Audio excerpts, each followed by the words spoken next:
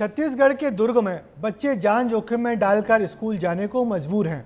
उफनाती नदी को पार करने के लिए बेबस हैं। हादसे होते हैं, जान जाने का खतरा भी है, वो करें भी तो क्या। सिस्टम के आगे सब बेबस हैं।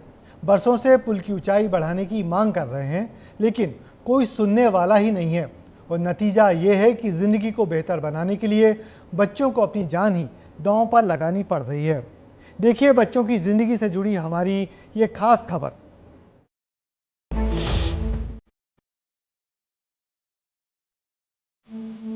तो अभी तक के 3 लोगों का जान जा चुका है। प्रशासन सुनाई भी नहीं हो रहा है सर। ये 50 साल से ये पुल का यही कंडीशन है। नदी का तेज बहाव डरा रहा है। नदी का शोर रोंगटे खड़े करने वाला है। लहरें उछाल मार रही हैं। सैलाब ऐसा है कि किसी को भी बहा कर ले जाए। और इसी उफनती नदी को ये बच्चे पार कर रहे हैं। इन्हें पता है कि हाथ छूटा तो जिंदगी से साथ छूट जाएगा। थोड़ी सी चूक मौत से सामना करा सकती है, लेकिन ये मासूम करें भी तो क्या करें। पढ़ना लिखना है, भविष्य को संवारना है, तो फिर ये जोखिम लेना ही पड़ेगा, क्योंकि जोखिम भरे रास्ते के अलावा स्कूल तक जाने के लिए इनके पास कोई और दूसरा रास्ता ही नहीं है।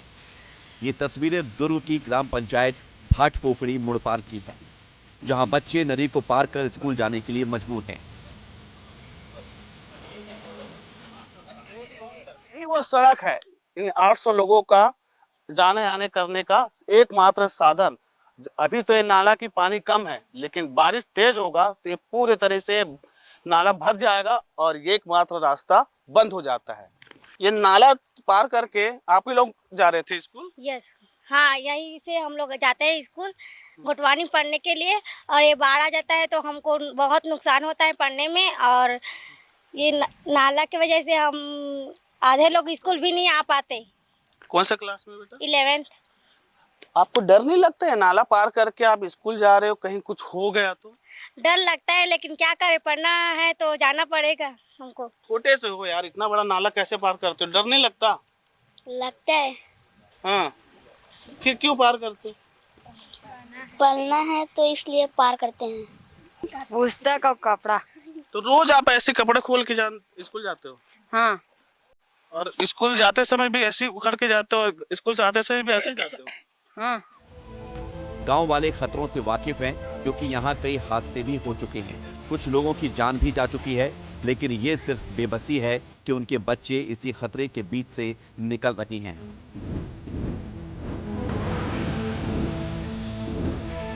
क्योंकि नदी पर बने पुल की ऊंचाई बेहद कम है। कई बार जिम्मेदारों से गुहार लगाई, लेकिन आज तक पुल की ऊंचाई नहीं बढ़ सकी।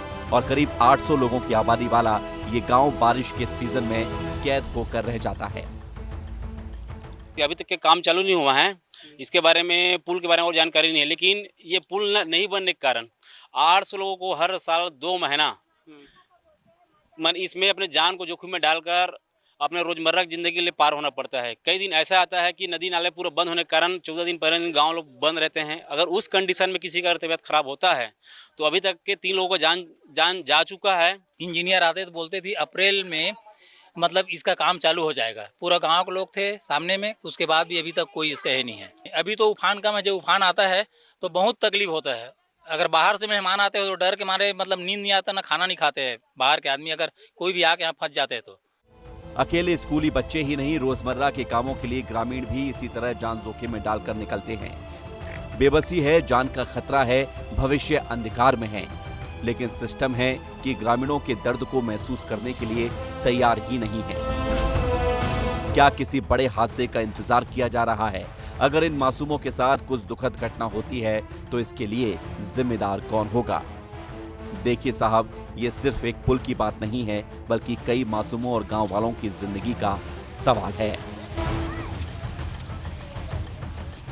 स्थिति इतनी खराब है कि मैं इसे आपको बयान नहीं कर पाऊंगा। आप तस्वीरों में जो देखे और आप ही इस तस्वीरों को देखकर, इस स्थिति को देखकर अंदाजा लगाइए कि ये बच्चे कैसे पढ़ेंगे, कैसे बढ़ेंगे, कैसे आईएएस बनेंगे, आईपीएस बनेंगे, कैसे इंजीनियरिंग बनेंगे।